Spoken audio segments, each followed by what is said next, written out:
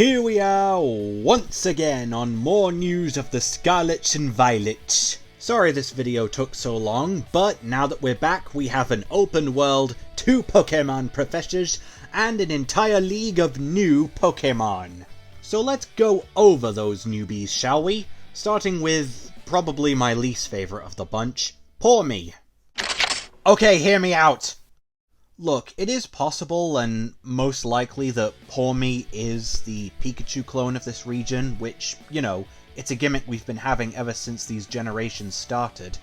And it does look pretty cute, but I don't know, it just seems a bit too similar to Pikachu in my opinion.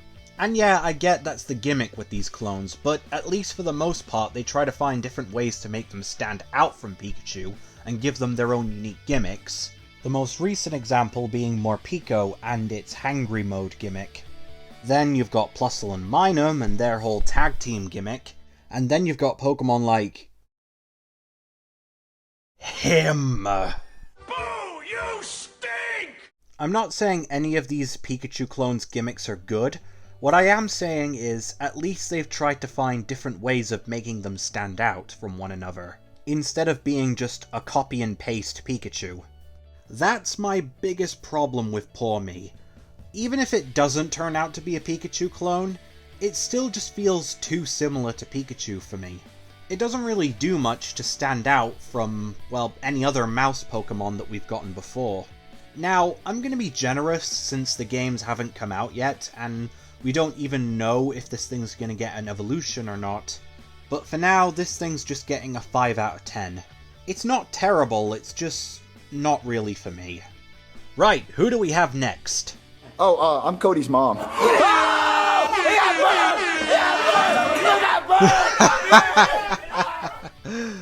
That's a reference to SML for the record, just in case you didn't get that.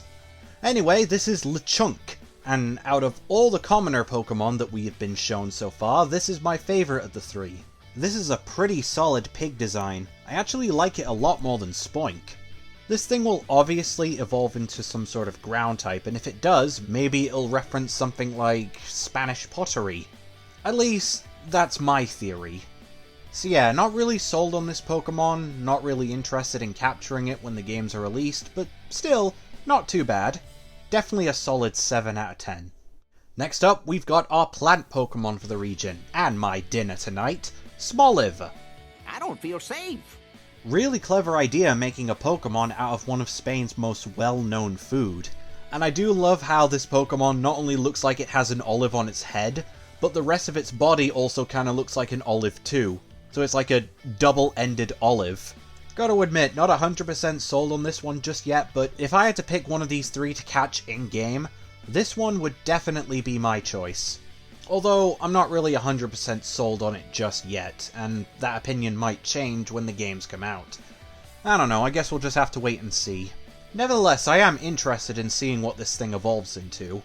Solid 6 out of 10. Or should I say, Smalliv 6 out of 10. You're not funny. And finally, last but not least, we wrap things up with our... Legendary! Korodon and Miradon. Love that name, by the way. Especially since it, well, it's literally mirroring the other one. You know, when it comes to everyone's opinions on these two, I think this scene just pretty much sums it up. No, I like it. This is brilliant, but I like this. Yeah, that's pretty much everyone's opinions on these two. And honestly, I'm kinda the same. To be fair, I was going to go for Scarlett anyway, but yeah, Korodon definitely has the cooler design. Miradon definitely isn't terrible. I mean, it definitely does look like a pretty cool futuristic lizard. But Korodon has more of a presence that's more fitting for a legendary Pokemon. Regardless of such, these two fit the region's main theme very nicely. I'm from the future. And I'm from the past! Also, judging by the inspiration around their designs, I would love this region's main gimmick to be vehicles. I mean, Spain already has some history with racing and whatnot. Not to mention, this is the first open world game, so it would make sense to have vehicles as a gimmick. I mean, we've already had Pokemon Kaijus before, so would it really be that outlandish? Anyway, Future Boy gets a 7 out of 10, and Grease Lightning gets an 8. So yeah, that's pretty much it for now. Outside of the legendaries, I'm not really too fond of this patch at the moment, but they might grow on me, not to mention it is early days, so maybe we'll get some more interesting announcements in the future. Anyway, let me know what you think of the new Pokemon in the comments below. I'm Scode Knight, and I'll see you next time.